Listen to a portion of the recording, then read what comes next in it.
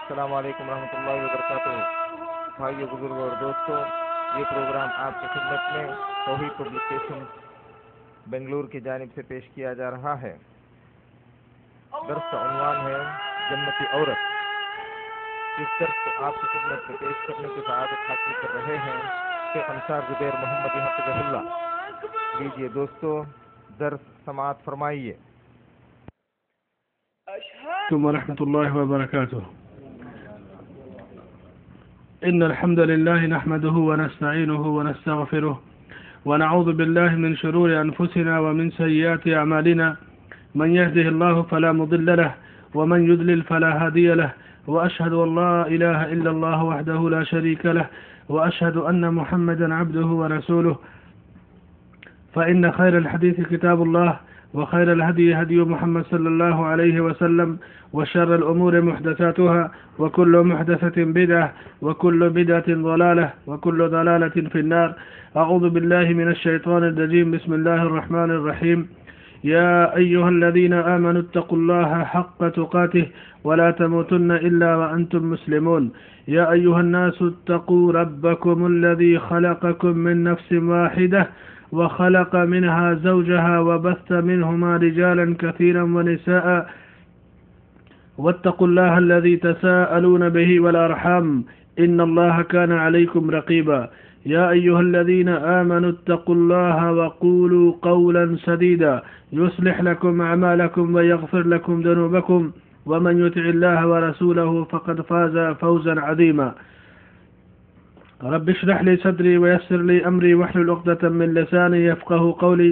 سبحانك لا علم لنا إلا ما علمتنا إنك أنت العليم الحكيم. اسلامی بھائیوں، معزز دوستوں اور ساتھیوں، آج بروز بدھ 25 شوال سن 1425 ہجری 8 دسمبر 2004 ہم الجبیل دعویٰ سینٹر کے زیر اہتمام جس عنوان پہ گفتگو کرنے کے لیے جمع ہیں اس کا اعلان آپ کے درمیان کر دیا گیا ہے۔ ہماری گفتگو 2 حصوں میں تقسیم ہوگی: جنت میں داخلہ اور جہنم سے نجات، وہ اعمال جن کا تعلق عورتوں سے ہے اور وہ اعمال جن کا تعلق مردوں سے ہے، کیونکہ جنت کی دونوں کو ضرورت ہے اور دونوں کی الگ الگ حدیثوں میں وضاحت کی گئی ہے دونوں کے موضوعات کی۔ ہماری آج کی گفتگو عورتوں سے، خواتین سے متعلق ہوگی، اور اگلا ہمارا پروگرام مردوں کے تعلق سے کہ کس قسم کے لوگوں کو اللہ جنت میں داخل کریں گے اور جہنم سے کیسے بندے کو نجات مل سکتی ہے۔ اللہ کے رسول صلی اللہ علیہ وسلم فرماتے ہیں، مشہور حدیث مسند ابی اعلیٰ میں جید سند کے ساتھ ہے، اور علامہ ابن حجر نے فتح الباری 10ویں جلد میں اس کو ذکر کیا ہے کہ قیامت کے دن سب سے پہلے جنت کا دروازہ میرے لیے کھولا جائے گا۔ ظاہر سی بات ہے، ہر آدمی جانتا ہے کہ نبی سے پہلے کون جنت میں جائے گا۔ نبی صلی اللہ علیہ وسلم فرماتے ہیں کہ جنت میں سب سے پہلے میں جاؤں گا۔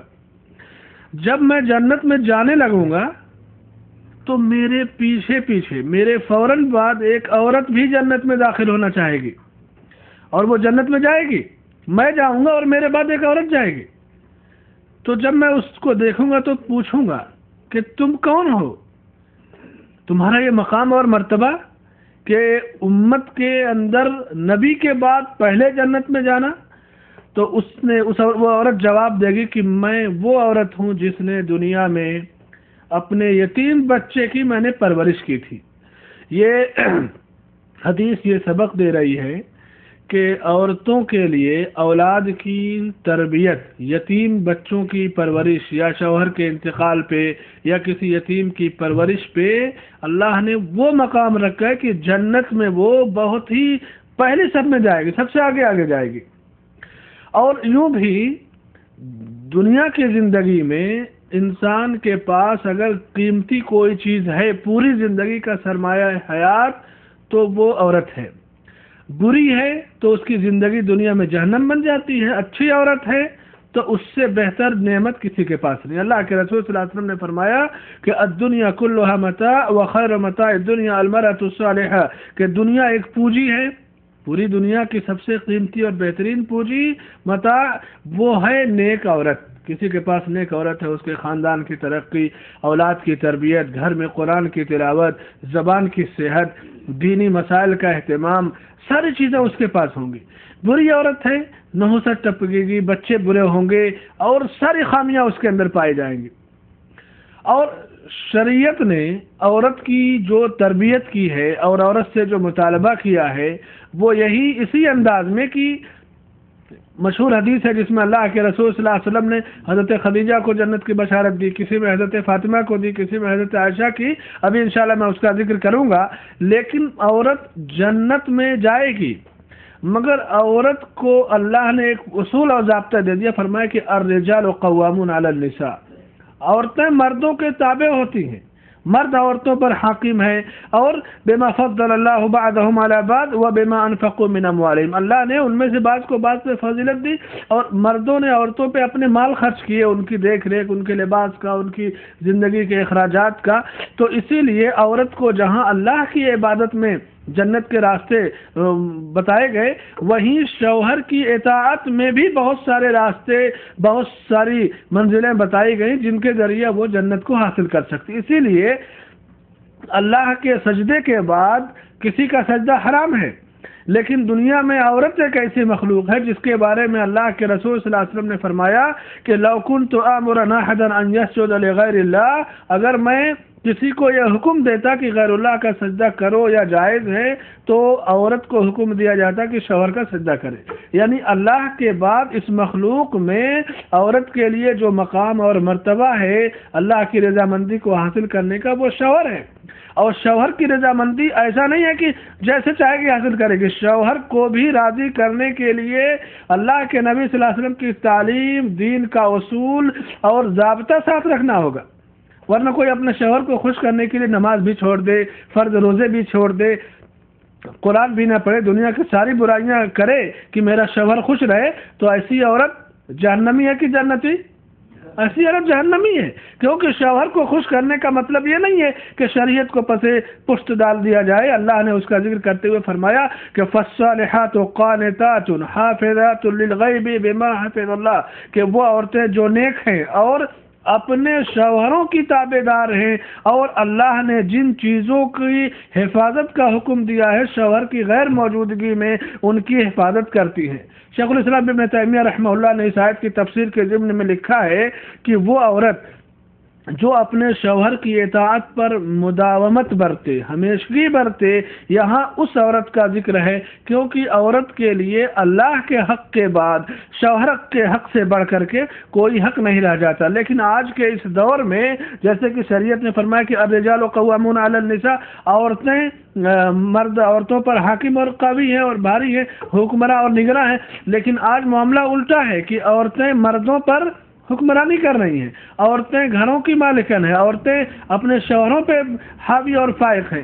جبکہ اللہ کے رسول صلی اللہ علیہ وسلم کی مشہور حدیث صحیح بخاری میں کہ ایک بار جب کسریٰ بادشاہ مر گیا نبی صلی اللہ علیہ وسلم کے زمانے میں، تو صبح صحابہ کرام نے کہا کہ کسریٰ بادشاہ مر گیا، ہلاک ہو گیا. تو صحابہ کرام سے آپ نے پوچھا کہ اس کی جگہ حکمراں کس کو بنایا گیا؟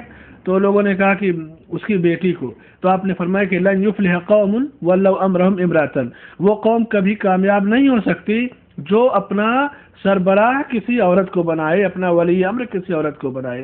اور آج جو صورتحال ہے کہ شریعت کا جو اصول ہے کہ الرجال قوامون علی النساء، اس کو ہم نے روند دیا ہے. عورتیں حاکم ہو رہی ہیں، عورتیں غالب ہو رہی ہیں، تو اس کی وجہ سے مردوں کی کمزوری اور عورتیں شریعت کی دوہری مخالفت کر رہی ہیں. ایک تو مردوں کی اطاعت سے وہ آزاد ہو رہی ہیں، اور دوسرے جو اللہ نے ایک اصول مقرر کیا کہ مرد حکمراں ہوں گے، غالب ہوں گے، اس کو ہم نے پسے پشت ڈال دیا. اسی لیے اللہ کے رسول صلی اللہ علیہ وسلم نے فرمایا کہ الدنیا کلها متاع وخیر متاع الدنیا المرأة الصالحہ، دنیا ایک پونجی ہے اور دنیا کی سب سے بہترین پونجی نیک عورت ہے.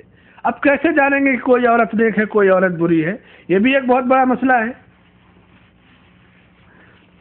اللہ کے رسول صلی اللہ علیہ وسلم نے اس کی وضاحت کر دی، کیونکہ زندگی کو جہنم بنانا ہے یا جنت، اس کے لیے بھی اللہ کے رسول صلی اللہ علیہ وسلم نے ایک اصول دیا اور فرمایا کہ عورت سے 4 خوبیوں کی بنیاد پر نکاح کیا جائے گا۔ آپ کو کسی سے شادی کرنا ہے، شادی کا پیغام دینا ہے، تو ایسا نہیں کہ جس کو چاہے پکڑ کے شادی کر لیا جہاں چاہے، نہیں، 4 اصول، 4 ضابطے، 4 خوبیاں اللہ کے نبی صلی اللہ علیہ وسلم نے دی۔ پہلی چیز کہ اس کے مال کی وجہ سے، مال بھی دیکھا جائے گا، کیونکہ دین کی خدمت کے لیے زندگی کے معاملات میں مال کی ضرورت پڑتی ہے، مال دیکھا جائے گا، اور اس کے بعد اس کا حسب نسب، اس کا خاندان دیکھا جائے گا۔ کبھی خاندان نہ دیکھے، خاندان میں اور نسل میں خرابی ہے، برائی ہے، تو اس کا بھی اثر ہوتا ہے، اور اگر نسل میں اچھائی ہے تو اس کا بھی اثر ہوتا ہے۔ اسی لیے خاندان بھی دیکھیں گے، اس کی مالداری بھی دیکھیں گے، اور اس کا حسن اور جمال اور خوبصورتی بھی دیکھیں گے، اس کی خوبصورتی بھی دیکھیں گے، اور اس کے بعد دینداری دیکھیں گے۔ 4 چیزیں: مالداری، دینداری، خوبصورتی اور خاندان اور حسب و نسب۔ لیکن ان 4 میں آپ نے فرمایا کہ دینداری کو ترجیح دو، فاظفر بذات الدین، تم دین کو ترجیح دو، دینداری کو ترجیح دو۔ دینداری کی وجہ سے جب آپ کو انتخاب کریں گے تو ایسی صورت میں اللہ کے رسول صلی اللہ علیہ وسلم نے جو اصول بتایا کہ دینداری کو ترجیح دو گے تو پھر کیا ہوگا؟ دین کی وجہ سے خیر اور برکت تمہارے گھروں میں آئے گی۔ اسی لیے ایک حدیث میں آپ نے فرمایا، صحیح بخاری اور مسلم کی، کہ 4 چیزیں انسان کی خوش بختی کی علامت ہے۔ 4 چیزیں انسان کی خوش بختی کی علامت ہے، اور 4 چیزیں نحوست کی علامت ہیں۔ پنکھا لگائیے نا، گرمی جو ہے ہو رہی ہے اچھی خاصی۔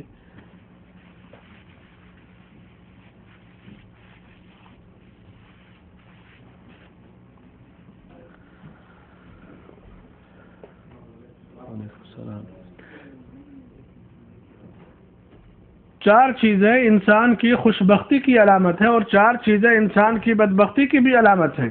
بہترین عورت، کشادہ مکان، اچھا پڑوسی اور بہترین سواری۔ اگر عورت اچھی ہے، اچھی کا مطلب کہ دیندار ہے، تو آپ کے گھر میں آپ کو فکر نہیں رہے گی، بچوں کی تربیت اور حلال چیزوں کا اہتمام اور دین کی وجہ سے جو رونق ہے وہ باقی رہے گی۔ اور کشادہ مکان، اگر مکان آپ کا کشادہ ہے تو ایسی صورت میں آپ کو بہت ساری چیزیں آپ کی چھپ جائیں گی، بچوں کے اصول، آداب، پردہ، ساری چیزیں آپ کی باقی رہیں گی۔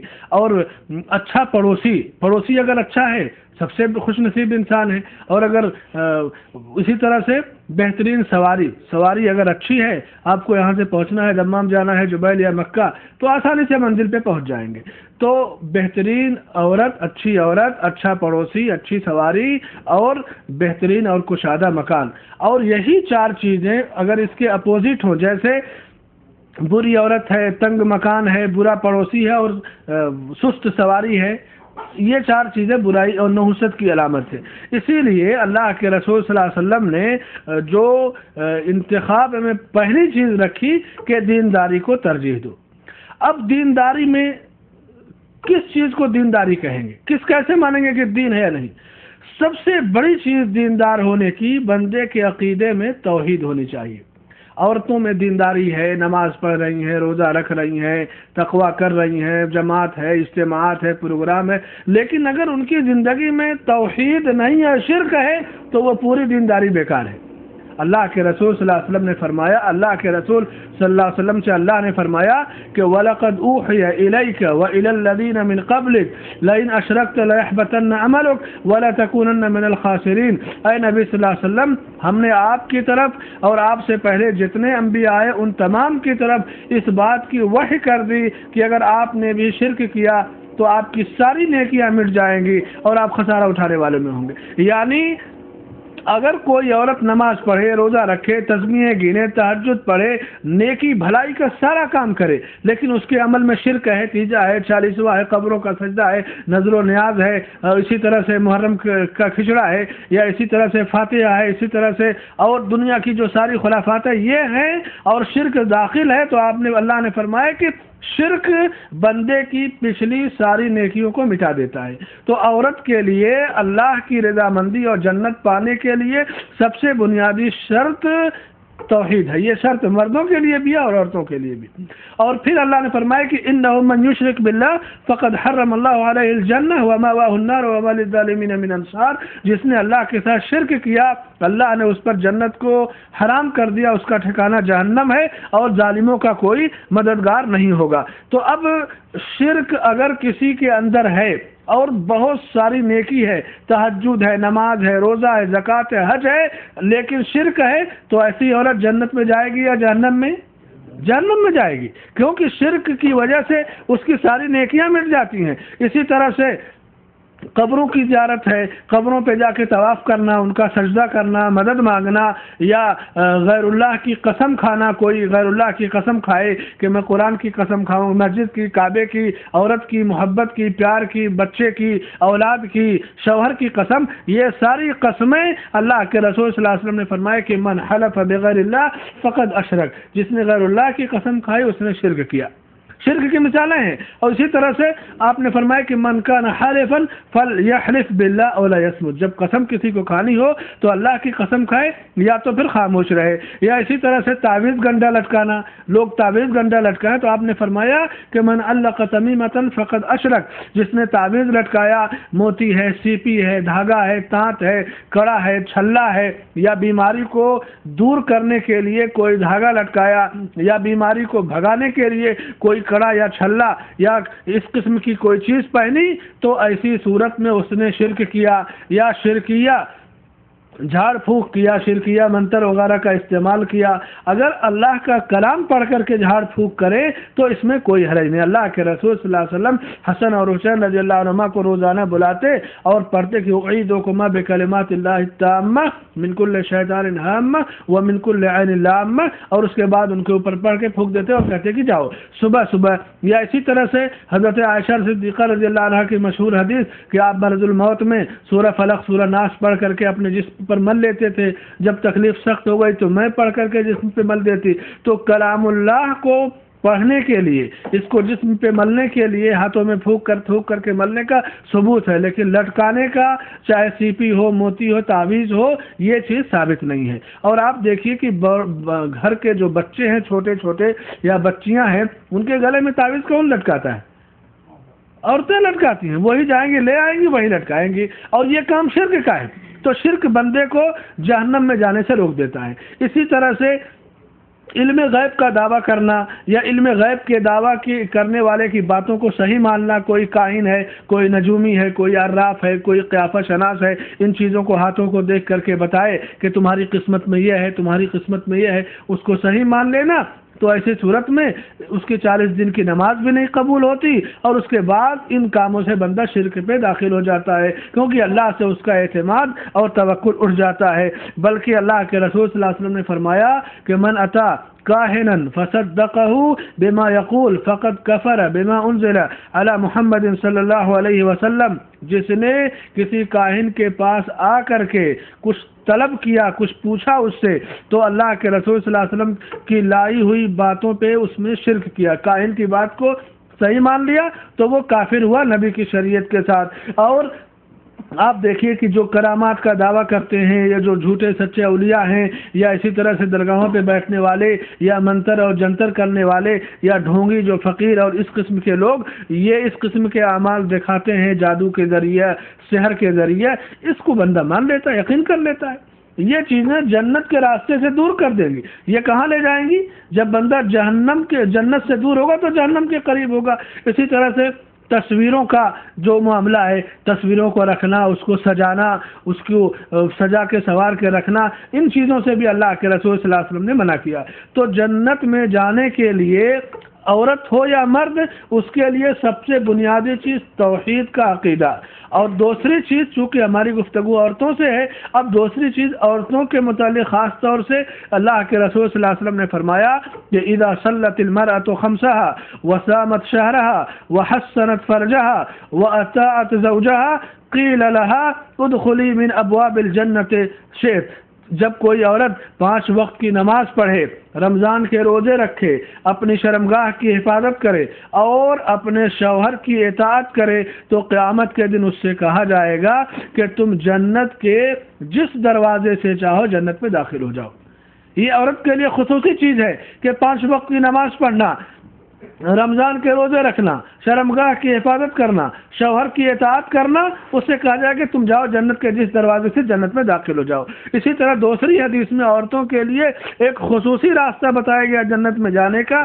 آپ نے فرمایا کہ وَنِسَاؤُكُم مِّنْ أَهْلِ الْجَنَّةِ الْوَدُودُ الْوَلُودُ، وہ عورتیں تمہاری جنت میں جائیں گی، جنتی ہیں جو محبت کرنے والی ہیں، اپنے شوہروں سے محبت کرتی ہیں، زیادہ بچہ جننے والی ہیں، اور اپنے شوہروں کی طرف بار بار لوٹ کر کے آتی ہیں۔ جب ان کا شوہر ان سے ناراض ہو جاتا ہے تو اپنے شوہر کے پاس آ کر کے کہتی ہیں، اس کے ہاتھ میں ہاتھ رکھ کر کے کہتی ہیں کہ اے میرے سرتاج، جب تک آپ مجھ سے راضی نہ ہو جائیں گے میں پلک نہیں جھپکاؤں گی، میں کسی چیز کا لطف نہیں لوں گی۔ علامہ البانی رحمہ اللہ نے اس حدیث کو سلسلۃ الاحادیث الصحیحہ کے اندر ذکر کیا ہے کہ وہ عورت جنتی ہے جو شوہروں سے اپنے شوہر سے محبت کرے، بچہ جننے والی ہو، اور اپنے شوہر کی ناراضگی پہ اپنے میکے میں جا کے نہ بیٹھ جائے، یا اپنے والد کو یا بھائی کو بلا کے نہ لے کے آئے، نہیں، اپنے شوہر کی ناراضگی پہ اس کو منائے، اپنے محبت کے ذریعہ، حکمت کے ذریعہ اس کو خوش کرے، وہ جنتی ہے۔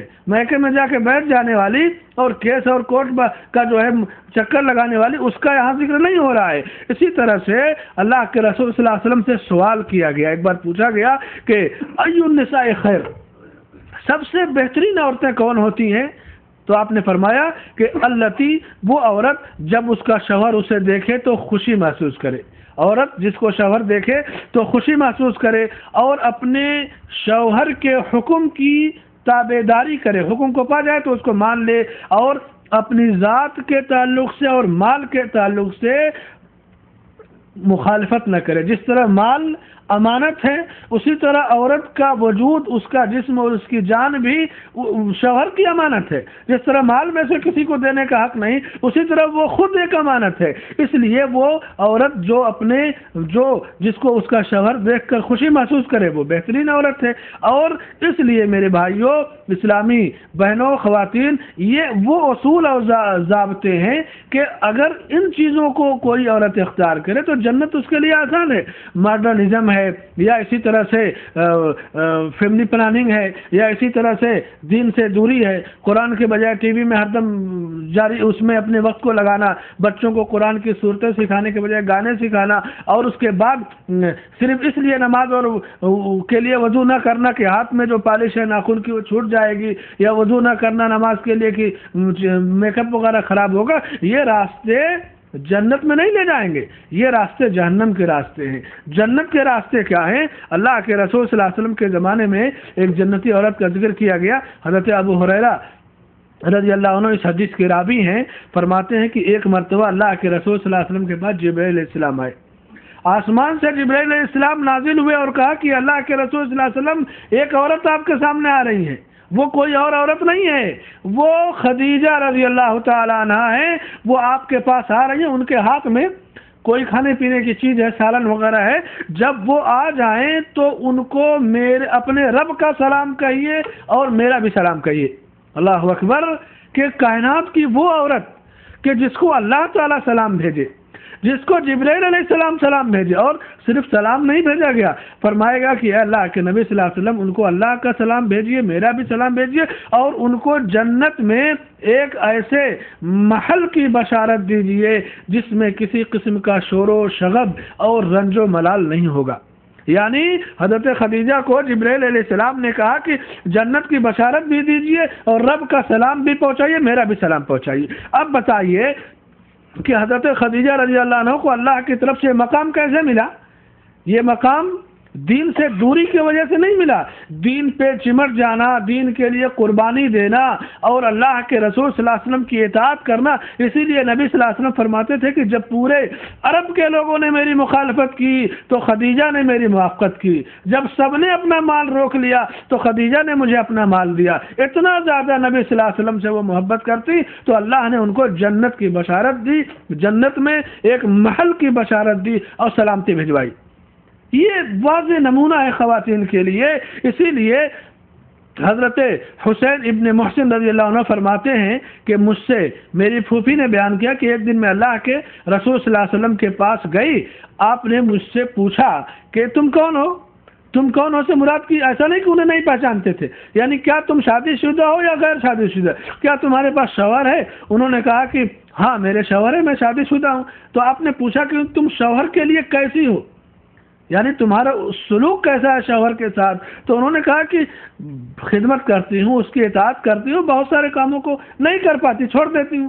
آپ نے فرمایا کہ سوچ لو، تم سوچ لو کہ زندگی میں اگر تمہیں جنت یا جہنم میں جانے کا فیصلہ کرنا ہے تو شوہر ہی کی اطاعت سے فیصلہ ہوگا۔ شوہر کی اطاعت کرو تو جنت میں، اور نافرمانی کرو تو جہنم میں جاؤ گی۔ یہ روایت مسند احمد کی۔ یعنی جنت اور جہنم کا معاملہ بالکل آسان ہے ایک عورت کے لیے کہ شوہر کی اطاعت ہے تو جنتی، نافرمانی ہے تو جہنمی۔ اسی لیے ہر شخص اپنے گھر میں اس انداز کی تربیت دے، عورتیں اپنی بچیوں کی اور بچوں کی، کہ جنت کے جو راستے نبی صلی اللہ علیہ وسلم نے بتائے ان راستوں پہ زندگی گزرے۔ جنتی عورت کی چند علامتیں آپ سن لیجئے۔ پہلی علامت کہ نیکی اور اچھائی کے کام میں حصہ لے، کوئی بھی خیر کا کام ہو اس میں حصہ لے، اور اس کے بعد اپنے شوہر کی تابعدار اور فرما بردار ہو۔ تیسری علامت کہ اپنے نفس کی حفاظت کرے، برائیوں سے، شیطان کی اتباع سے۔ اسی طرح سے شوہر کی غیر موجودگی میں اس کے مال کی دیکھ ریکھ کرے، اور زندگی میں اس کی سب سے بڑی جو چاہت ہو کہ وہ اپنے شوہر کو خوش رکھے۔ ایسا نہ ہو کہ فرمائش پر فرمائش اتنی ہو کہ شوہر بیچارہ پریشان ہو جائے، یا اسی طرح سے ہمیشہ اس بات کی چاہت رکھے کہ میں کتنا زیادہ شوہر کو خوشیاں فراہم کر دوں، کیونکہ اس میں شوہر کا فائدہ نہیں ہوگا زیادہ، شوہر کا تو دنیا میں ہی ہوگا فائدہ، اس کے اس عمل سے اس عورت کا فائدہ ہوگا آخرت میں، جنت کے حصول کی شکل میں۔ اس لیے کہ 5 وقت کی نماز پڑھنا، رمضان کے روزے رکھنا، شرمگاہ کی حفاظت کرنا، شوہر کی اطاعت کرنا، یہ 4 کام ایسے ہیں جو جنت میں لے کے جائیں گے۔ اگر صرف نماز پڑھ لی، روزہ رکھ لیا، شرمگاہ کی حفاظت کر لیا، شوہر کی اطاعت نہ کیا تو جنت میں جائے گی؟ نہیں جائے گی۔ ان 4 میں سے پورے کام کرنے چاہیے۔ اسی طرح سے 1-2 واقعات میں آپ کو بتاؤں جس سے آپ کو اندازہ ہوگا کہ ماضی میں امت کے اندر شوہر کی کتنی اطاعت گزار جو ہے عورتیں ہوا کرتی تھی۔ حیثم بن عدی الطائی اس کے راوی ہیں، انہوں نے ایک واقعہ بتایا شریح کے بارے میں۔ شریح کہتے ہیں، شعبی کے حوالے سے انہوں نے کہا کہ شعبی کہتے ہیں کہ مجھ سے شریح نے بیان کیا کہ اے شعبی، تم بنو تمیم کی عورتوں سے شادی کرو کیونکہ وہ بڑی عقل مند ہوتی ہیں۔ تو شعبی نے پوچھا کہ ان کی عقل مندی کی کیا نشانی ہے، کسی عورت کو آپ کیسے جانیں گے کہ وہ بیوقوف ہے یا عقل مند ہے؟ تو انہوں نے کہا کہ ایک واقعہ میرے ساتھ گزرا۔ شریح نے کہا کہ ایک مرتبہ میں دوپہر میں ایک جنازے سے واپس آ رہا تھا، دھوپ تھی، راستے میں گھر تھے، ایک گھر کے قریب گزرا، دروازے پہ ایک بوڑھی عورت کھڑی تھی اور اس کے پاس ایک بیٹی بھی تھی، اس کی لڑکی بھی تھی۔ تو مجھے چونکہ پیاس محسوس ہوئی، میں نے اس بوڑھی عورت سے پانی مانگا، پانی طلب کیا۔ اس نے پوچھا کون سا پانی پئیں گے، شربت یا کون سی چیز پینے کی؟ میں نے کہا جو بھی آسانی سے مل سکے، اور اس نے پوچھا، میرے لیے پانی پینے کا انتظام کیا، میں پی کے فارغ ہو گیا۔ تو میں نے اس بڑھیا سے پوچھا کہ یہ تمہارے قریب جو عورت کھڑی ہے یہ کون ہے؟ اس نے بتایا کہ یہ فلاں ہے، اور حنظلہ کی، زینب بنت جریر ہے، حنظلہ کی عورتوں میں سے ایک عورت ہے۔ تو میں نے پوچھا، کیونکہ یہ بے باکی ہوتی تھی پہلے، اور آج بھی عربوں کے اندر یہ چیز ہے کہ یہ شادی شدہ یا غیر شادی شدہ؟ تو اس عورت نے، بڑھیا نے کہا کہ یہ غیر شادی شدہ بھی کنواری ہے۔ تو انہوں نے فوراً کہا کہ میرا جو ہے اس کو پیغام دے دیجیے اور میں اس سے شادی کرنا چاہتا ہوں۔ بہرحال اس نے کہا کفو کی شرط، یعنی تمہارا کوئی ولی ہو، کفو ہو، تمہارا کوئی سرپرست ہو۔ اور اس طرح میں یہ بات سن کر کے اپنے گھر واپس آ گیا اور قیلولے کے لیے لیٹ گیا، آرام کرنے لگا۔ جب فارغ ہوا تو اپنے گھر کے جو معتبر قرہ تھے اس وقت کے، اسود اور مسیب اور موسیٰ بن ارفزہ، ان کو ساتھ لیا اور اس عورت کے گھر گیا جس کو شادی کا پیغام دیا، اس کے چچا سے، کیونکہ والد نہیں تھے شاید، چچا سے ملاقات کیا۔ ان سے انہوں نے ہمارے آنے کا مقصد دریافت کیا، تو ہم نے بتایا کہ زینب کو ہم پیغام دینا چاہ رہے ہیں، اس سے شادی کریں گے۔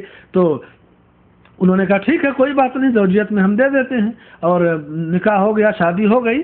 جب شادی ہو گئی تو میں پچھتایا کہ بنو تمیم کی عورتیں تو بڑی سخت ہوتی ہیں، لیکن پھر ہم نے کہا کوئی بات نہیں۔ اور اس کے بعد رشتہ ہو گیا، میں جب حجلے عروسی میں گیا تو میں نے کہا کہ سنت تو یہ ہے کہ 2 رکعت نماز پڑھے شوہر، تو جب بیوی کے کمرے میں گیا تو میں نے 2 رکعت نماز پڑھی۔ آج اس سنت پہ لوگ عمل نہیں کرتے، شادی ہو پہلی رات اور مرد جب بیوی کے پاس جائے تو سنت یہ ہے کہ 2 رکعت نماز پڑھی جائے۔ کہتے ہیں کہ میں نے 2 رکعت کے لیے نیت باندھی، سلام پھیر کے دیکھا تو وہ بھی میرے پیچھے نماز پڑھ رہی تھی، سلام پھیر لیا، اور اس کے بعد جب وہ بھی سلام پھیر کر نماز سے فارغ ہو گئی تو میں نے جب اس کے جسم کی طرف ہاتھ بڑھایا تو پھر اس نے کہا کہ ایسا ہے کہ ابو عبداللہ یا فلاں تم ان چند باتوں کو سن لو، وہ اس لیے کہ میں تمہارے لیے اجنبی ہوں، اور تم پہلے یہ بتا دو کہ کون کون سے لوگ تمہارے لیے پسند ہیں، کہ کون لوگ تمہیں ناپسند ہیں، تاکہ میں شوہر اپنے گھر میں انہی لوگوں کا داخلہ دوں یا انہی لوگوں سے رابطہ رکھوں۔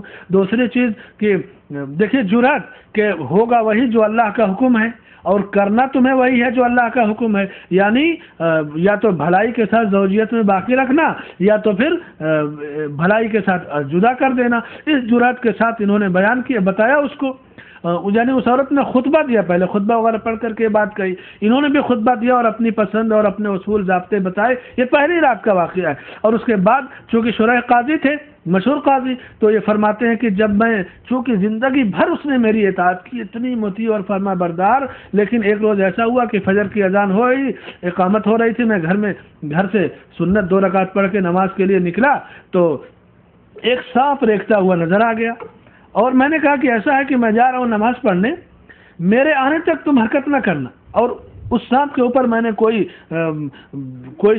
برتن یا ڈھکن سے ڈھک دیا اس کو، اور جب میں آیا تو وہ عورت کو دیکھا کہ وہ مر چکی تھی، کیونکہ میں اس سے کہہ چکا تھا کہ میرے آنے تک حرکت نہ کرنا۔ اس نے شوہر کی اتنی اطاعت کی کہ واقعی اس جہاں کر دیا وہیں کھڑی تھی، اور سانپ نے اس کو ڈس لیا، سانپ کو بھی نہیں مارا، یعنی میرے حکم کے بغیر۔ تو اس طرح سے یہ واقعہ تباہ النساء میں ابن عبد رب نے الاندلسی نے ذکر کیا ہے کہ بنو تمیم یا ماضی کی عورتوں میں اتنی اطاعت شوہروں کی تھی۔ آج تو معاملہ ایسا ہے کہ اگر سانپ نہیں، بستر پہ کوئی پتنگ ہے یا کوئی چھوٹا موٹا کیڑا، چونٹا یا چونٹی آ جائے تو عورت بھاگ جائے گی شوہر کو چھوڑ کے۔ یہ صورتحال ہے، کیوں کہ انسان کو آج عورتوں کو اپنے نفس کی، اپنی جان کی فکر ہے، مصیبت میں نہ بچوں کی فکر ہے، نہ شوہر کی، نہ کسی اور کی، جبکہ جنت میں جانے کے لیے شوہر کی اطاعت۔ اور اس کی ایک مثال میں نے دیا بنو تمیم کی عورتوں کی، جس کو ابن عبد رب الاندلسی نے اپنی کتاب تباہ النساء کے اندر صفحہ 44 اور 46 میں ذکر کیا ہے۔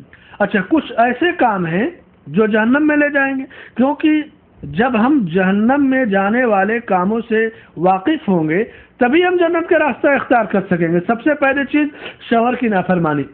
شوہر کی نافرمانی، اللہ کے رسول صلی اللہ علیہ وسلم کی مشہور حدیث ہے، جابر بن عبداللہ رضی اللہ عنہ کی، فرماتے ہیں کہ عید کے دن میں نبی صلی اللہ علیہ وسلم کے ساتھ نماز میں شریک تھا، آپ نے خطبہ دیا اور نماز پڑھائی اور خطبہ دیا، اور اس کے بعد خطبے میں اللہ کے تقوی کا ذکر کیا۔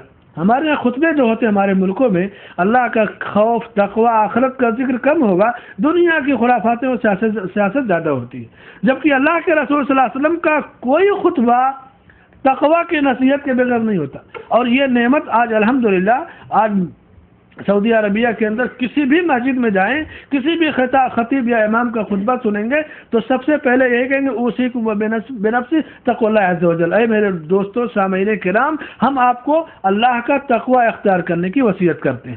ہر خطیب کا ایک مزاج ہے، اور چونکہ یہ سنت ہے، مگر ان چیزوں سے ہمارے خطبہ آ رہی ہیں۔ بہرحال تقوی کی وصیت کیا نبی صلی اللہ علیہ وسلم نے، اور اس کے بعد پھر عورتوں کے پاس آئے، چونکہ عورتیں مردوں سے الگ نماز پڑھتی تھی، بیچ میں پہلے مردوں کی صفیں ہیں، پھر بچوں کی، پھر بیچ میں جگہ خالی، عورتیں پیچھے عیدگاہ میں رہتی تھی۔ آج بھی سعودیہ کی عیدگاہوں میں جائیں گے تو عورتیں بالکل پیچھے ان کی صف ہوگی اور مردوں کی آگے، اور بیچ میں کافی فاصلہ ہوتا ہے۔ تو چونکہ مائک وغیرہ تو تھا نہیں پہلے، تو آپ مردوں سے جب خطبہ دے کے فارغ ہوئے تو عورتوں کے قریب آئے اور کہا کہ اے عورتوں، تم صدقہ و خیرات کرو اور توبہ اور استغفار کرو، کیونکہ میں نے جہنم کا مشاہدہ کیا تو میں نے جہنم کا ایندھن دیکھا کہ عورتیں ہیں۔ تو ایک عورت کھڑی ہو گئی، عورتوں میں جرأت دیکھیے، ایک عورت کھڑی ہو گئی جو عورتوں کے بیچ میں بیٹھی ہوئی تھی، اس کے رخسار کی رنگت بدلی اور سیاہ تھی، اس نے کہا اللہ کے رسول صلی اللہ علیہ وسلم ایسا کیوں ہے، ہم کیوں جہنم میں کثرت سے ہیں، یا ہمیں اللہ نے ایندھن کیوں بنایا جہنم کا؟ تو آپ نے فرمایا اس لیے کہ تم شکایتیں بہت کرتی ہو، شوہر کی غیر موجودگی میں اس کی شکایت، شکوے، تانا تشنی اور ناشکری تم کرتی ہو۔ تو جب آپ کا یہ فرمان ان عورتوں نے سنا تو اپنے زیورات اتار کر کے صدقہ کرنا شروع کر دیا اور حضرت بلال کے پاس جمع کر دیا انہوں نے۔ ایک چیز معلوم ہو گئی کہ یہ سبب ہے ہمارے جہنم میں جانے کا، اور فوراً انہوں نے صدقہ دینا شروع کیا، توبہ اور استغفار یہ کام کرنا شروع کر دیا۔ اور یہی نہیں، اگر کوئی عورت اپنے شوہر کو ناراض کرے تو جہنم تو ہے اس کے لیے، دوسرا جو مقام ہے اللہ کے رسول صلی اللہ علیہ وسلم نے فرمایا کہ 3 قسم کے لوگ ایسے ہیں جن کی نماز ہی نہیں قبول ہوتی۔ عورتیں اس بات کو ذہن میں رکھیں کہ ان کی نماز اس وقت نہیں قبول ہوگی۔ کب؟ 3 قسم کے لوگ، غلام، جو بھگوڑا غلام ہوتا ہے اپنے آقا سے، مالک سے بھاگ جائے تو اس کی نماز نہیں قبول ہوگی۔ وہ عورت جس کا شوہر ناراض ہو کے رات گزارے، شوہر سے ناراض ہو کر کے چلی جائے اپنے میکے میں، اپنے بھائیوں کے پاس چلی جائے، اپنی سہیلیوں کے پاس، شوہر کو چھوڑ دیا، تو اس چاہے جتنا وہ متقی پرہیزگار ہو اس کی نماز نہیں قبول ہوگی۔ قوم کا وہ امام جس کو لوگ ناپسند کرتے ہوں اور جبراً زبردستی وہ بھی امامت کرے تو اس کی ان لوگوں کی نماز نہیں قبول ہوتی۔ یہ روایت ترمذی کی اور علامہ البانی رحمہ اللہ نے اس کو صحیح قرار دیا ہے۔ یہ جہنم میں جانے والا عمل ہے۔ اور تیسرا عمل، پہلا عمل شوہر کی نافرمانی، دوسرا شوہر کو ناراض کر کے زندگی گزارنا، راتیں گزارنا، تیسرا عمل شوہر کو تکلیف دینا۔ تینوں میں فرق ہے، نافرمانی، ناراضگی اور تکلیف دینا، ستانا۔ اللہ کے رسول صلی اللہ علیہ وسلم نے فرمایا کوئی عورت اپنے شوہر کو دنیا میں تکلیف نہ دے، کیونکہ جب شوہر نیک ہوتا ہے تو جب دنیا میں کوئی عورت اپنے شوہر کو تکلیف دیتی ہے تو ستاتی ہے تو حور عین، جنت کی حور، اس سے کہتی ہے کہ اللہ تجھے ہلاک کرے، اس کو بد دعا دے گی کہ تو ایک جنتی شوہر کو تکلیف دے رہی ہے، ستا رہی ہے، اللہ تجھے ہلاک کرے، اور تو یہ جان لے کہ یہ شوہر تیرا مہمان ہے، یہ جلدی ہمارے پاس آنے والا ہے۔ جنت کی حوریں دنیا کی اس عورت کو بد دعا دیں گی جو اپنے نیک اور صالح شخص کو ستائے یا اسے تکلیف دے۔ اسی لیے شوہر کو تکلیف دینا، اس کو ناراض کرنا، اس کی نافرمانی کرنا، اور چوتھا جو سبب ہے جہنم میں جانے کا، ناشکری کرنا۔ ناشکری جس کے بارے میں اللہ کے رسول صلی اللہ علیہ وسلم نے فرمایا کہ قیامت کے دن اللہ تعالیٰ اس عورت کی طرف نگاہ اٹھا کر نہیں دیکھے گا جو اپنے شوہر کی ناشکری کرتی ہو۔ اگر شوہر کی ناشکری کرے گی تو قیامت کے دن اللہ کی نظر کرم سے وہ محروم رہے گی، یعنی شوہر کی ناشکری اللہ کی نظر کرم اور رحمتوں سے محروم کر دے گی۔ اسی لیے اللہ کے رسول صلی اللہ علیہ وسلم نے جب جہنمی ہونے کا ذکر کیا تو اس میں یہ بھی بتایا کہ عورت جو شوہر کی نافرمانی کرے، جو ناشکری کرے، شکوہ کرے، وہ عورت جہنمی ہے۔ اللہ کے رسول صلی اللہ علیہ وسلم کی یہ تعلیمات کتنی واضح ہیں، دیکھیے کہ ناشکری، تکلیف دینا، ستانا، اور اس کے بعد ناراض کرنا، اور 5ویں چیز بلا وجہ طلاق طلب کرنا۔ کبھی رشتہ ہو گیا، شوہر بیچارہ غریب ہے، مسکین ہے، گھر والے بیٹی لڑکی کے امیر ہو، غریب ہیں اور خوبصورت ہے اور ساری چیزیں موجود ہیں، اب بولے یار ہمارا رشتہ ہمارے جوڑ کا نہیں ہے۔ وہ ایک چیز ہوتی ہے کہ وہ چیز پسند نہیں ہے، لیکن کبھی ایسی چیزوں کی وجہ سے طلاق لیا جائے جو جس کی شریعت میں اجازت نہیں ہے۔ کبھی ہوتا ہے نہیں بھائی رشتہ نہیں جم رہا ہے معاملہ، بعض صورتوں میں اجازت ہے خلا کی بھی، لیکن یہاں ہے کہ بلا وجہ طلاق طلب کرنا فیشن میں کہ اب ہم ایسی زندگی گزار لیں گے، اب ہمیں شادی کی ضرورت نہیں ہے۔ تو اللہ کے رسول صلی اللہ علیہ وسلم نے فرمایا کہ ایما امرأۃ سألت زوجها الطلاق، جس نے اپنے شوہر سے طلاق طلب کیا بلا وجہ تو اس کے اوپر جنت کی خوشبو حرام ہے۔ یہ روایت ترمذی کی ہے اور علامہ البانی رحمہ اللہ نے اس کو صحیح کہا ہے، یعنی بلا وجہ طلاق طلب کرنا، جنت کی خوشبو بھی نہیں ملے گی، جنت میں جانا تو دور کی بات، کتنا خطرناک معاملہ ہے. لیکن آج معاشرے میں امیر گھرانوں میں طلاق طلب کرنا تو عیب ہی نہیں رہ گیا. غریب بیچارہ تو اپنی عزت آبرو کی حفاظت کی خاطر سوچتا ہے کہ طلاق وغیرہ اچھی چیز نہیں ہے, سماج میں عزت گھٹ جائے گی. لیکن امیر کے لیے کیا ہے؟ امیر تو سمجھے گا کہ میرا جرم بھی لوگوں کے لیے ہنر ہے. شعر ہے نا اردو کا کہ جن کے آنگن میں امیری کا شجر لگتا ہے ان کا ہر عیب زمانے کو ہنر لگتا ہے. کیونکہ امیروں کا عیب بھی ہنر بن جاتا ہے. تو یہ عیب ہنر بنا لیں, دنیا میں اپنا روب و دبدبہ قائم کر لیں. لیکن اللہ کے رسول صلی اللہ علیہ وسلم نے فرمایا کہ فحرام علیہا رائحۃ الجنہ, ایسی عورت پر جنت کی خوشبو حرام ہے جو بلا وجہ طلاق طلب کرے. اسی طرح سے اگر کوئی عورت اپنے شوہر کی اطاعت کرنے کے لیے اللہ کی اطاعت چھوڑ دے, جیسے نماز چھوڑ دے شوہر کو خوش کرنے کے لیے, فرض روزے کو چھوڑ دے, یا شوہر کہے کہ تم نماز نہ پڑھو, شوہر کہے کہ تم چلو درگاہ پہ, شوہر کہے کہ چلو آج کھچڑا پکانا ہے, شوہر کہے کہ چلو آج تیجا چالیسواں کرنا ہے, تو عورت ان باتوں کو نہیں مانے گی. یہاں شوہر کی اطاعت نہیں کی جائے گی, کیونکہ اللہ کے رسول صلی اللہ علیہ وسلم نے فرمایا کہ لا طاعت لمخلوق فی معصیت الخالق. مسند احمد اور مستدرک حاکم کی روایت ہے, اور علامہ البانی رحمہ اللہ نے صحیح الجامع میں اسے ذکر کیا ہے کہ اللہ کی نافرمانی کر کے کسی بندے کی فرما برداری نہیں کی جائے گی. اب وہاں دو صورت ہے عورت کے سامنے, اس کا شوہر ہے اور اس کا رب ہے. رب کا حکم ہے, نبی کا حکم ہے کہ یہ فلاں فلاں کام نہیں کرنے ہیں, شرک کے, بدعت کے, کفر کے کام.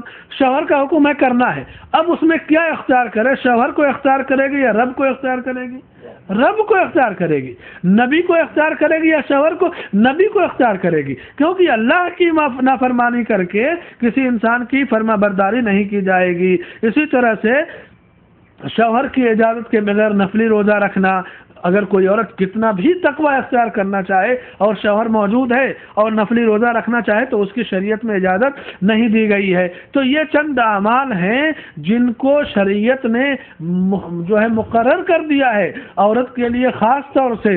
اور یہاں تک کہ عورت کا ایک حق, صحیح مسلم کی روایت جس میں اللہ کے رسول صلی اللہ علیہ وسلم نے فرمایا کہ اذا دعا الرجل امرأته الى فراشی فابت, اگر کسی مرد نے اپنی بیوی کو اپنے بستر پہ بلایا, دعوت دی, اور شوہر نے, بیوی نے انکار کر دیا, چاہے غصے میں, ناراضگی میں, دشمنی میں یا کسی بھی نوک جھوک کی وجہ سے, اور شوہر نے اسی حال میں رات گزاری, تو صبح ہونے تک اللہ کے فرشتے ایسی عورت پہ لعنت بھیجتے ہیں, اس کے اوپر لعنت بھیجیں گے.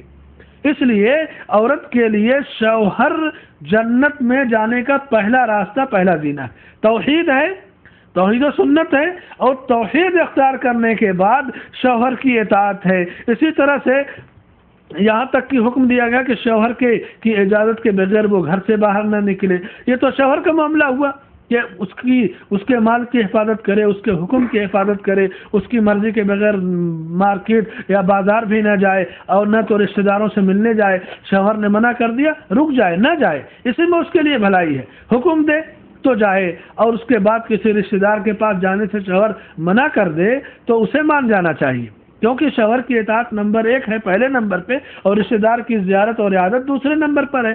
اور اس کے بعد ایک اور چیز کہ عورتوں میں بہت ساری عورتوں کو آپ دیکھیں گے نیک ہیں, متقیاں ہیں, پرہیزگار ہیں, اور اس کے بعد دینی کاموں میں دلچسپی ہے, صدقہ و خیرات, لیکن زبان تیز ہوتی ہے, چرب زبان ہوتی ہیں. تو تھوڑی دیر کے بعد گالی دینا, ستانا, برا بھلا کہنا, پڑوس کے بچوں کو ڈانٹنا, پڑوس کی عورتوں کو ڈانٹنا, گھر میں بچے آگے ان کو ڈانٹ پھٹکار کے بھگا دیا, کوئی عورت آگے اس کو گالی والی دے دیا. تو یہ کیا ہے؟ اللہ کے رسول صلی اللہ علیہ وسلم سے ایک بار ذکر کیا گیا, یہ روایت مسند احمد اور صحیح ابن حبان میں ہے کہ آپ سے ذکر کیا گیا ایک عورت ہے, فلاں عورت دن میں روزہ رکھتی ہے, نفلی روزہ, فرض روزے تو رکھتی ہے, دن میں نفلی روزہ رکھتی ہے, اور رات کو تہجد پڑھتی ہے. کتنی متقی اور پرہیزگار رہی ہوگی کہ فرض نمازوں کے بعد تہجد بھی پڑھے, فرض روزہ رکھنے کے بعد نفلی روزہ بھی رکھے, اور اس کے بعد اس کا معاملہ یہ تھا کہ زبان کی تیز تھی, اپنی بات اپنی زبان سے پڑوس کے بچوں کو, پڑوس کی عورتوں کو یا پڑوس کے لوگوں کو تکلیف دیتی تھی, گالی گلوچ, برا بھلا, لیکن بڑی نیک پرہیزگار ہے. تو آپ نے فرمایا کہ ہی فی النار, ایسی عورت جہنم میں جائے گی, وہ عورت جہنمی ہے. اور دوسری عورت کے بارے میں پوچھا گیا تو کہا گیا کہ وہ کوئی بہت زیادہ متقی اور پرہیزگار نہیں ہے، فرض روزہ رکھتی ہے، فرض نمازیں نہیں پڑھتی ہے، نوافل کا اہتمام نہیں کرتی، لیکن اس کی زبان بڑی شیریں اور میٹھی ہے، اپنی زبان سے نہ تو بچوں کو تکلیف دیتی ہے، نہ کسی گھر میں آنے والی کسی زائرہ عورت کو تکلیف دیتی ہے، نہ کسی پڑوسن کو تکلیف دیتی ہے، بڑی اچھی زبان ہے اس کی، بڑا اچھا لہجہ ہے۔ تو آپ نے فرمایا کہ ہی فی الجنہ، یہ عورت جنت میں جائے گی، یعنی زبان جنت اور جہنم میں جانے کا فیصلہ کر رہی ہے، اور نماز، روزہ، تقوی یہ سب اس کے کام نہیں آئے گا۔ تو معلوم یہ ہوا کہ عبادتیں جو ہیں، عبادتوں کی قبولیت کے لیے اور جنت میں جانے کے لیے اللہ نے کچھ شرطیں اور کچھ پابندیاں عائد کر دی ہیں۔ ان پابندیوں کے بغیر بندہ عبادتوں کا لطف نہیں لے پائے گا، اور نہ وہ عبادتیں اس کو فائدہ دے پائیں گی۔ اور ایسا نہیں کہ ہمارا اور آپ کا یا کسی مرد اور عورت یا بچوں کا معاملہ، اللہ نے نبی کا بھی یہی معاملہ رکھا کہ وَلَقَدْ أُوحِيَ إِلَيْكَ وَإِلَى الَّذِينَ مِنْ قَبْلِكَ لَئِنْ أَشْرَكْتَ لَيَحْبَطَنَّ عَمَلُكَ وَلَتَكُونَنَّ مِنَ الْخَاسِرِينَ۔ ہم نے آپ کی طرف، آپ سے پہلے سارے لوگوں کی طرف یہ بات وحی کے ذریعے بتا دی ہے کہ اے نبی، اگر آپ نے بھی شرک کیا تو آپ خسارہ اٹھائیں گے، آپ کی ساری نیکیاں مٹ جائیں گی۔ یعنی نبی کے ساتھ بھی معاملہ ہے کہ اگر شرک ہو گیا تو پوری ساری نیکیاں مٹ جائیں گی، تو کسی عام عورت کا کیا ہے؟ اسی طرح سے چند ایسے کام ہیں جن کے ذریعے اسلام سے انسان خارج ہو جاتا ہے، چاہے عورت ہو یا مرد ہو، جب بالغ ہو جائیں، ان کے اوپر اسلام کی پابندی عائد ہو جائے، تو بلوغت کو پہنچ جائیں، تو ان کو اختیار کرنے سے کافر ہو جائیں گے۔ اور عام طور سے آپ دیکھیے کہ بڑی بڑی درگاہوں پہ، بازاروں پہ عورتوں کا مجمع، بڑی بھیڑ رہے گی، اور جتنا وسوسہ ہے، جتنی یہ سب خرافاتیں ہیں، تعویذ، گنڈے، تیجا، چالیسواں، کھچڑے، محرم اور حلوے، اگر عورتیں نہ پکائیں تو شوہر پکا پائیں گے؟ عورتیں اگر توحید کو اختیار کر لیں کہ ہم کھچڑا نہیں پکائیں گے، ہم شب برات کا حلوہ ہم نہیں بنائیں گے، ہم جو ہے بچوں کو تعویذ نہیں پہنائیں گے، اور ہم یہ کام نہیں کریں گے، تو شرک کا دروازہ تو بڑی آسانی سے بند ہو جائے گا۔ اور اسی لیے اللہ کے رسول صلی اللہ علیہ وسلم نے جنت کے لیے عورتوں کو اصول ضابطے بتائے کہ یہ عورتیں ہیں، جب یہ جہنمی کام کرے گی تو یہ خود بھی جہنم میں جائیں گی، ان کی اولاد بھی غلط راستہ اختیار کرے گی، ان کی محبت میں شوہر بھی اندھا ہو کر کے غلط کام کرے گا، ٹولے محلے اور پڑوس کے لوگوں پر بھی اس کا اثر ہوگا۔ اس لیے عورتوں کی خاص طور سے ان کی ذمہ داریوں کا اللہ نے ذکر کیا۔ وہ کام، ان کاموں کا میں ذکر کروں جس کو ہر آدمی جان لے، بچے، مرد اور عورتیں، کہ وہ اسلام سے خارج کر دیں گے۔ آج ہمارے یہاں عام رواج ہے کہ وہ کافر ہے، وہ مسلم ہے، وہ یہ ہے۔ نہیں، کسی کو کافر کہنا اتنا آسان نہیں ہے، اس کے لیے اصول و ضابطے۔ پہلی چیز کہ اللہ کی عبادت میں کسی کو شریک کرنا، اگر کوئی اللہ کی عبادت میں کسی کو شریک ٹھہرائے تو وہ کافر ہے۔ اللہ کا سجدہ کرے، نماز پڑھے، لیکن یا غوث یا ولی یا پیر یا خواجہ کہے تو وہ کافر ہے، چاہے مرد ہو یا عورت ہو۔ قبروں پہ بھی سجدہ کرے اور اللہ کا بھی کرے، ایسا انسان کافر ہے، عورت ہو یا مرد کافر ہے۔ اسی طرح اللہ اور مخلوق کے درمیان واسطہ طلب کرنا، یہ بھی کفر ہے۔ اگر کوئی اللہ کو پکارنے کے لیے، اللہ سے مانگنے کے لیے کسی بزرگ کا وسیلہ طلب کرے تو وہ کافر ہے۔ مشرکین مکہ کا وسیلہ یہی تو تھا کہ وہ بتوں سے مانگتے نہیں تھے، کہتے کہ ہؤلاء شفعاؤنا عند اللہ ما نعبدهم الا ليقربونا الى الله زلفى۔ یہ لات و منات، یہ عزا، یہ بت، یہ دیوی اور دیویاں یہ ہمیں دینے والے نہیں ہیں، یہ وقت کے پہنچے ہوئے لوگ تھے، یہ ہمیں اللہ سے قریب کر دیں گے، ہم تو ان کو اس لیے مانتے اور پوچھتے ہیں کہ اللہ کیا ہماری سفارش کریں گے۔ تو اللہ سے مانگنے کے لیے کسی مخلوق کو وسیلہ طلب کرنا یہ کفر ہے۔ لیکن کوئی مخلوق ہے، نیک اور صالح انسان ہے، تو اس کی دعا کا آپ وسیلہ طلب کر سکتے ہیں کہ میرے لیے آپ دعا کیجئے۔ اس کا ثبوت ہے اللہ کے رسول صلی اللہ علیہ وسلم کو وسیلہ بناتے، ان کی دعا کا صحابہ کرام اور حضرت عمر رضی اللہ عنہ نے حضرت عباس رضی اللہ عنہ کی دعا کا وسیلہ طلب کیا اور بارش کے لیے۔ تو نیک انسان کی دعاؤں کا وسیلہ جائز ہے، لیکن کسی انسان کو چاہے اس کی قبر کا وسیلہ، چاہے اس کا وسیلہ، اس سے بندہ کفر میں داخل ہو جاتا ہے۔ کوئی کافر ہے، مشرک ہے، لیکن اس کو آدمی مشرک نہ کہے، تو کافر کو اس کے کفر میں شک کرنا، کوئی نہیں مانتا قرآن کو، سنت کو نہیں مانتا اور نبی کو نہیں مانتا، پھر بھی آپ کہیں کہ نہیں ہو سکتا ہے کہ مسلمان ہو، ایسا عقیدہ رکھنا ہی کفر ہے، کیونکہ کافر ہے تو کافر سمجھنا چاہیے۔ آج ہمارے جاہلوں میں مشہور ہے کہ کافر کو کافر نہ کہو، اس لیے کہ ہو سکتا ہے کہ مسلمان ہو جائے۔ ارے جب ہو جائے گا تو نہیں کہیں گے، لیکن جب کافر ہے تو کیا کہیں گے؟ قل یا ایھا الکافرون، قرآن نے تو کہا ہے، کہہ دیجئے کہ اے کافرو لا اعبد ما تعبدون، میں اس کی عبادت نہیں کرتا جس کی تم کرتے ہو۔ تو کافر اگر ہے تو کافر کہنے میں کیا ہے؟ کافر کو چڑھنے دیجئے۔ یہودی اور نصارہ یہ بھی چڑھتے تھے اپنے یہود اور نصارہ کہنے سے، اور اپنے آپ کو عیسائی کہتے تھے، تو چڑھنے دیجئے، لیکن قرآن نے کہا تو کہا جائے گا، اور دعوت دی جائے، حکمت اور موعظت ہے۔ یہ اور بات ہے کہ اگر وہ چڑھ رہا ہے اور آپ دعوت پیش کرنا چاہ رہے ہیں تو اس نام کے بجائے کسی اور انداز میں اس کو خطاب کریں، کیونکہ آپ کو اس کو دین کی دعوت دینا ہے، اس کو متنفر نہیں کہنا، لیکن کہنے کی بات ہے تو کہا جائے گا۔ اسی طرح سے اگر کوئی یہ عقیدہ رکھے کہ اللہ کے رسول صلی اللہ علیہ وسلم کی شریعت کے علاوہ بھی کوئی راستہ ہے جس میں جنت مل سکتی ہے، تو ایسا عقیدہ رکھنا بھی کفر ہے۔ جنت کیسے ملے گی؟ اللہ کا قرآن اور نبی کا فرمان۔ اگر کوئی عقیدہ رکھے کہ ہمیں دوسرے ذریعے سے جنت ملے گی، توریت ہے، انجیل ہے، وید ہے، یا اسی طرح سے بدھ کی جو تعلیمات ہیں، نہیں، یہ کفر ہے۔ جنت اللہ اس کے رسول صلی اللہ علیہ وسلم کی تعلیم سے ملے گی، یا جو وضعی قوانین ہیں مختلف عدالتوں کے، دنیا کی عدالتوں کے، ان کے ذریعے بندہ کامیاب ہو جائے، یہ بھی عقیدہ رکھنا کفر ہے، کیونکہ افحکم الجاہلیت یبغون، یہ جاہلیت کے قوانین کی اللہ کے قانون میں آمیزش کی یا اس کو قبول کرنے کی بندے کو ضرورت نہیں۔ یا اسی طرح سے اگر کوئی عورت اللہ کے رسول صلی اللہ علیہ وسلم کی کسی شریعت سے بغض رکھے اور کسی سے محبت رکھے، کوئی چیز مان لیا، کوئی چیز چھوڑ دیا، میلاد منا لیا اور محرم کو چھوڑ دیا کہ میلاد ٹھیک ہے اور یہ نہیں، یہ بھی غلط ہے۔ بغض رکھنا یا کسی چیز سے دشمنی رکھنا یہ کفر ہے۔ میلاد ہے، محرم ہے، تیجا، 40واں، یہ تو ساری چیزیں بدعت ہیں، تو ان تمام سے بغض رکھنا ہے۔ لیکن اگر کوئی سنت ہے نبی صلی اللہ علیہ وسلم کی، اب ٹخنے سے نیچے ازار والی سنت ہے، داڑھی کی کا معاملہ ہے، کوئی کہے کہ نہیں میں نہیں مانتا اور حقیر سمجھے دین پہ عمل کرنے والوں کو، تو یہ کام بظاہر تو معمولی ہیں لیکن کفر میں داخل کر دیتے ہیں۔ اسی طرح سے کیونکہ اللہ کی نازل کی ہوئی چیز کو ناپسند کرنا یہ کفر کا پہلا زینہ ہے۔ محبت ہونی چاہیے۔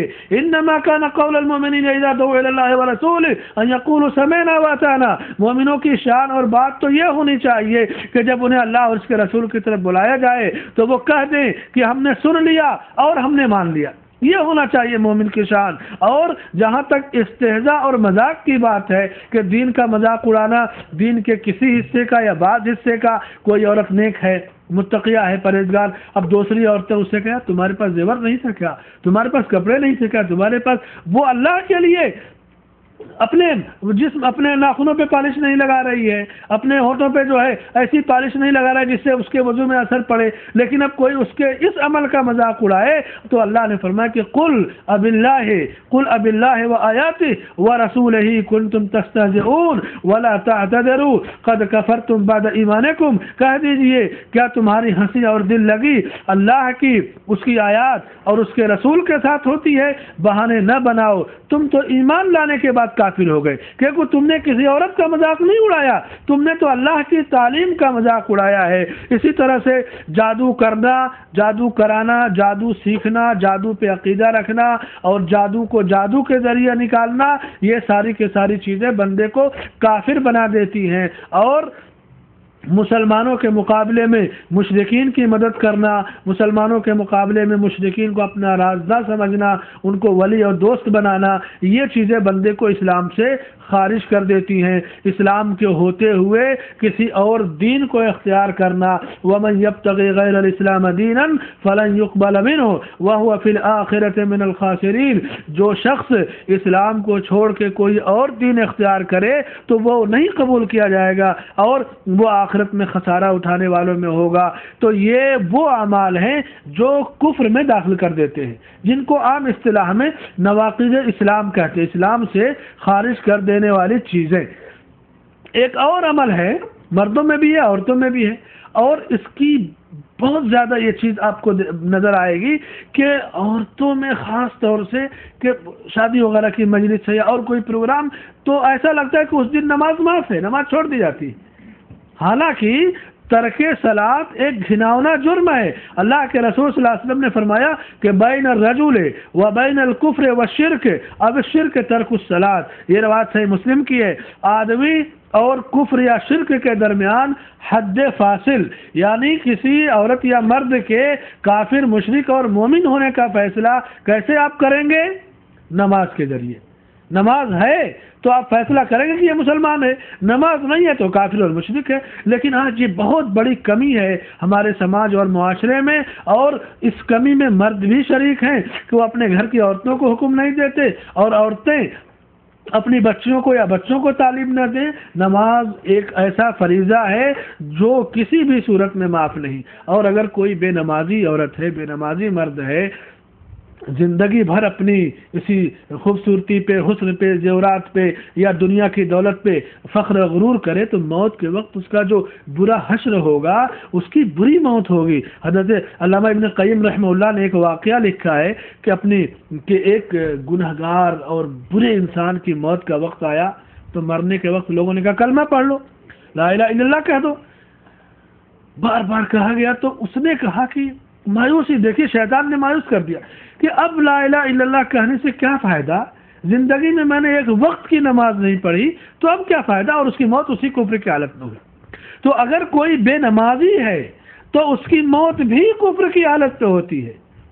اس لیے اس چیز کو تو بہت ہی زیادہ نافذ کرنے کی ضرورت ہے کہ ہم اپنی ذات سے، اپنے اہل و عیال سے، اسی لیے اللہ نے فرمایا کہ یا ایھا الذین آمنوا قوا انفسکم واہلیکم نارا، اے ایمان والو اپنے اہل و عیال کو اور اپنے گھر والوں کو، اپنے آپ کو جہنم کی آگ سے بچاؤ. وقودھا الناس والحجارہ، جس کا ایندھن انسان اور پتھر ہے.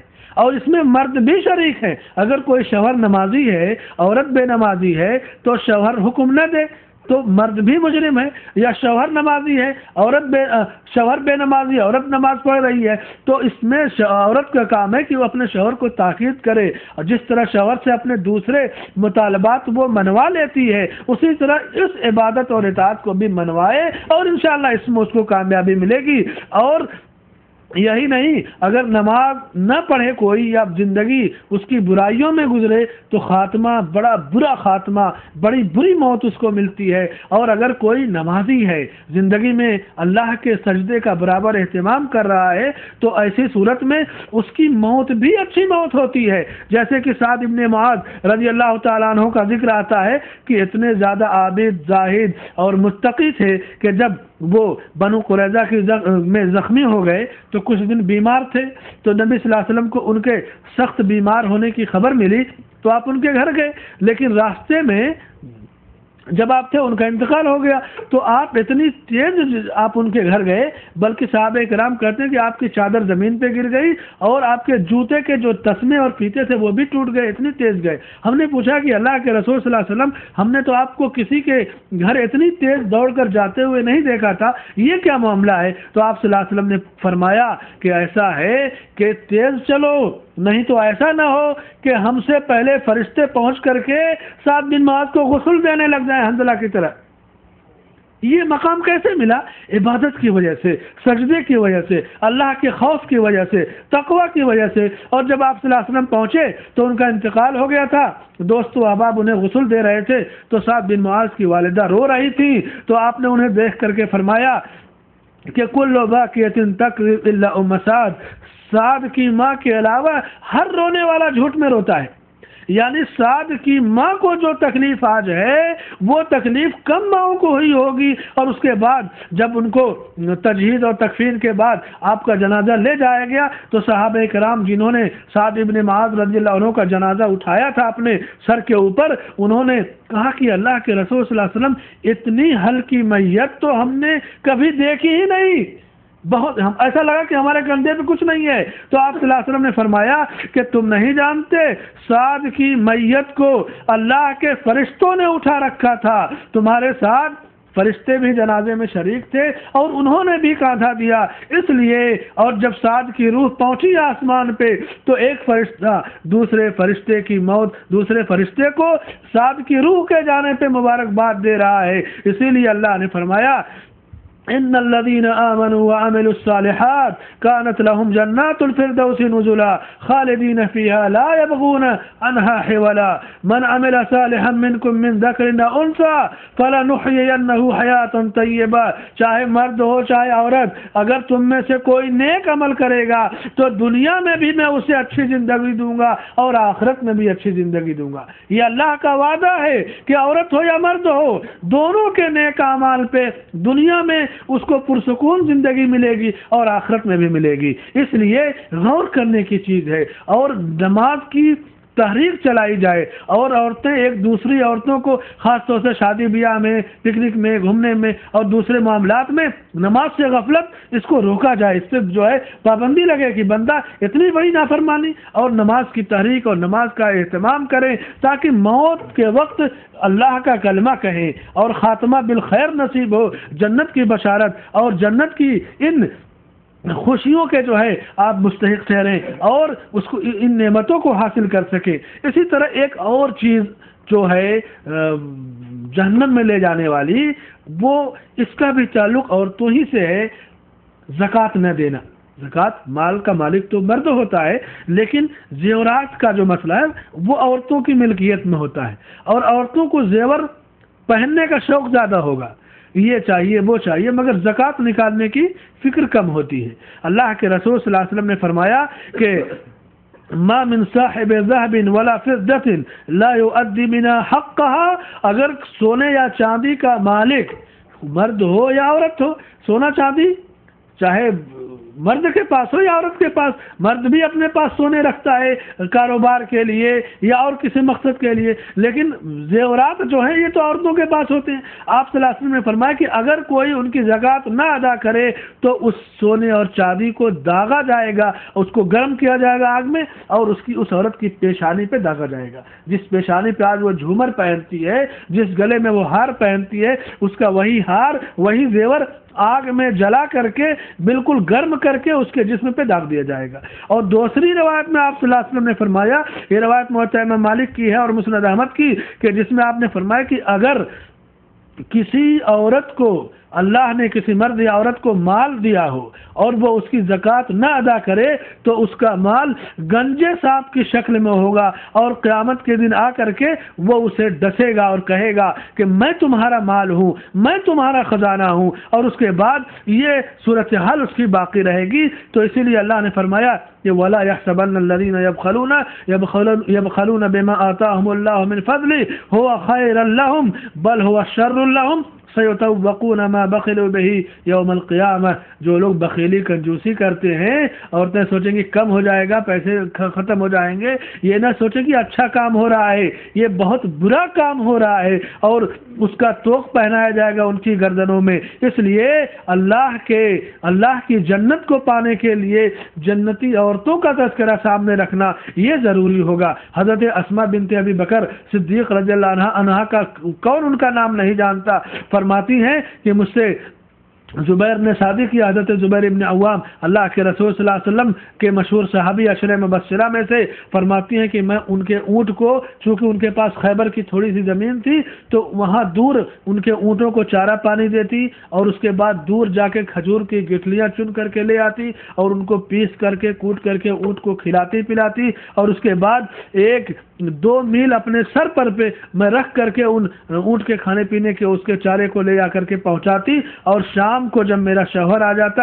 یعنی حضرت زبیر آ جاتے تو اس کے بعد یعنی جو کام ہوتا تھا گھر کا وہ اپنا دیکھتے تھے، لیکن میرے ذمہ یہ سب کام تھے کہ ان کے گھوڑے کو دانا پانی دیتی، اس کو گھاس وغیرہ اس کے لیے چن کر کے اور کاٹ کے لے آتی، کھجور کی گٹھلیاں چن کر کے اور کوٹ کر کے ان کو دیتی اور اس کے بعد آٹا گوندتی. اور یہاں تک کہ میں اچھی طرح روٹیاں نہیں پکا پاتی تو انصار کی عورتیں جو میری پڑوسی تھی وہ روٹیاں پکا دیتی تھی. اس لیے کہ یہ جنتی عورتوں کا ذکر. حضرت اسماء کون ہے؟ یہ حضرت ابو بکر صدیق رضی اللہ عنہ کی بیٹی ہے. حضرت اسماء اللہ کے رسول صلی اللہ علیہ وسلم کی وہ ان صحابیات میں ہیں جن کا لقب ذات النطاقین پڑا، ہجرت کے سفر کا مشہور واقعہ آپ کے ذہن میں ہوگا۔ اس لیے جنت میں جانے کے لیے جنتی عورتوں کی سیرت، جنتی عورتوں کا قصہ، ان کے واقعات قرآن میں ہیں، حدیثوں میں ہیں، تاریخ کی کتابوں میں ہیں، ان کو پڑھنا چاہیے۔ ام عاقلہ کا ایک نام آتا ہے تاریخ کے اندر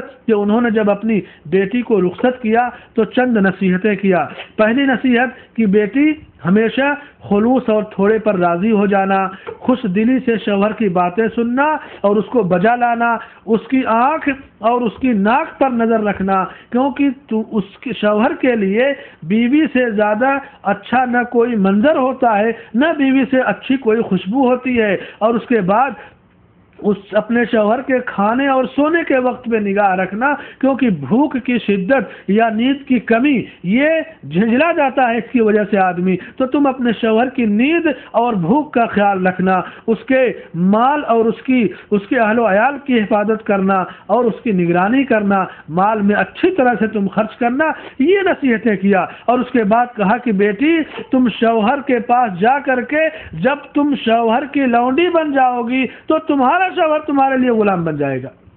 جب تم ہر طرح سے شوہر کی اطاعت کرو گی تو شوہر تم پر ظلم نہیں کرے گا، تمہیں ستائے گا نہیں، تمہیں اپنی ساری نوازشوں سے نوازے گا۔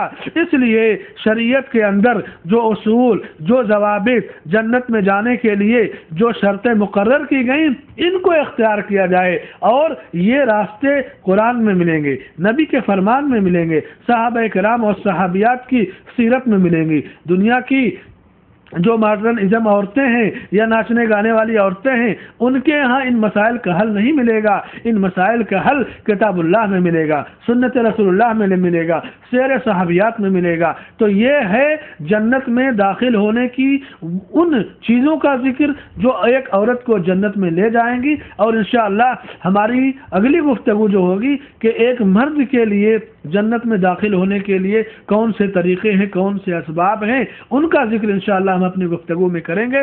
اللہ رب العالمین سے دعا ہے کہ اللہ تعالی ہمیں زندگی میں اعمال صالحہ کی توفیق عطا فرمائے، اور امت مسلمہ کی خواتین کو، امت مسلمہ کی ان خواتین سے سبق اور فائدہ اٹھانے کی توفیق بخشے جن کو اللہ نے نعمتوں سے نوازا ہے، یعنی مسلم خواتین کو صحابیات اور ازواج مطہرات کو آئیڈیل بنانے کی توفیق عطا فرمائے، اور امت مسلمہ کی خواتین کو خصوصاً عورتوں کو ہدایت دے، ان کے دلوں میں ایمان اور تقوی بھر دے، ان کو اللہ ان کے دلوں میں اپنا خوف بھر دے، تاکہ وہ اپنی زندگی اللہ کے خوف کے سائے میں، شوہر کی اطاعت میں، نبی کی اطاعت میں، شرک اور کفر سے دور رہ کر کے گزارے۔ آمین۔ وصلی اللہ علی نبینا محمد وعلی آلہ وصحبہ اجمعین۔ ہے تو عورتوں کے لیے کیا ملے گی، عورتوں کو کیا ملے گا؟ تو اس کا جواب یہاں کے جو علماء کے فتاوی لجنہ دائمہ اور فتاوی شیخ بن باز وغیرہ ان سے بھی یہ سوال کیا گیا، تو انہوں نے بھی تقریباً وہی جواب دیا ہے، ہم نے اسی سے نقل بھی کیا ہے کہ اللہ رب العالمین نے ایک اصول بتایا کہ انی لا اضیع عمل عامل منکم من ذکر او انثی، کوئی مرد ہو یا عورت اگر وہ نیک عمل کرے گا تو اس کا عمل میں ضائع نہیں کروں گا۔ دوسرا اصول کہ من عمل صالحا من ذکر او انثی وهو مؤمن فلنحيينه حیاتا طیبہ، مرد ہو یا عورت اگر نیک عمل کرے تو اسے ہم نیک اور اچھی زندگی گزارنے، اچھی اور پاکیزہ زندگی عطا فرمائیں گے۔ ومن يعمل من الصالحات من ذکر او انثى وهو مؤمن فاولئک يدخلون الجنہ، مرد ہو یا عورت اگر وہ نیک عمل کریں گے تو ہم ان کو جنت میں داخل کریں گے۔ ان المسلمین والمسلمات والمؤمنین والمؤمنات، مومنہ مرد ہو یا عورت، مومن مسلم مرد ہو یا مسلمان عورت، اور اللہ کے آگے جھکنے والے، اللہ کے آگے سجدہ کرنے والے، شرمگاہوں کی حفاظت کرنے والے مرد ہو یا عورتیں، ان تمام کے لیے اللہ نے مغفرت اور اجر عظیم تیار کر رکھا ہے۔ اسی طرح اللہ نے فرمایا کہ ادخلوا الجنۃ انتم وازواجکم تحبرون، تم اور تمہاری بیویاں جنت میں داخل ہو جاؤ اور اس کی نعمتوں سے فائدہ اٹھاؤ۔ تو اب سوال ہے کہ عورتوں کو کیا ملے گا؟ تو اللہ نے فرمایا کہ وَلَكُمْ فِيهَا مَا تَشْتَهِي أَنفُسُكُمْ وَلَكُمْ فِيهَا مَا تَدَّعُونَ، ایک اصول کہ جنت میں جب کوئی مرد جائے یا عورت، جس چیز کی جو تمنا کرے وہ چیز مل جائے گی. وفیہا ما تشتہیہ الانفس وتلذ الاعین وانتم فیہا خالدون، یعنی تم جس چیز سے خوشی محسوس کرو، تمہاری نگاہیں لطف حاصل کریں، وہ چیز مل جائے گی. اب چونکہ مردوں کا ذکر ہے کہ ہو رہے، اب عورت کے اوپر ہے کہ کوئی عورت جنت میں جائے تو جس چیز کا بھی وہ ذکر کرے یا جس کی وہ چاہت رکھے گی وہ مل جائے گی. اگر اپنے شوہر کی چاہت تو شوہر مل جائے گا، اور اگر کسی بھی شخص کی جیسی وہ چاہت اور جو ماڈل اپنے ذہن میں نقشہ بنائے گی وہ چیز حاضر ہو جائے گی. تو یہ ہے حدیثوں میں اس کا ذکر کہ فَلَا تَعْلَمُ نَفْسٌ مَا أُخْفِيَ لَهُم مِّن قُرَّةِ أَعْيُنٍ، کسی کو نہیں معلوم کہ ان کی نگاہوں کی ٹھنڈک کے لیے کیا کیا بنا کے رکھا گیا ہے. تو واضح اصول کی جس چیز کی عورت تمنا کرے گی وہ چیز مل جائے گی. اور چونکہ مردوں کا ذکر کر دیا گیا ہے کہ ہو رہے ہیں، عورتوں کا ذکر نہیں، لیکن عمومی ذکر ہے کہ جس پر وہ راضی ہو اللہ دے گا. اب یہ اللہ کا معاملہ ہے اور جنت میں جانے والی عورتوں کا کہ وہ کس چیز سے راضی ہو رہی ہے کیا ہے. اور انشاءاللہ اللہ کی جو نعمتیں ہیں اس سے تو کوئی بندہ ایسا نہیں ہے جو راضی نہ ہو، ہر شخص اس سے راضی ہو جائے گا. یہ اس کا مختصر جواب فتاویٰ یہاں کے مملکت سعودی عربیہ کے بڑے علماء نے بھی دیا ہے، اور جو فتاویٰ برائے خواتین ہے اس میں بھی ہے. اور شیخ ابن باز رحمہ اللہ سے بھی یہ سوال کیا گیا تو شیخ نے تقریباً یہی آیتیں اور انہی حدیثوں کے حوالے سے یہی باتیں بتائی، اور میں نے شیخی کے حوالے سے نقل کر دیا تاکہ ایک شبہے کا جو ہے ازالہ ہو سکے. اللہ ہمیں اور آپ کو اعمال صالحہ کی توفیق بخشے. وصلی اللہ علی نبینا محمد وعلی آلہ وصحبہ اجمعین.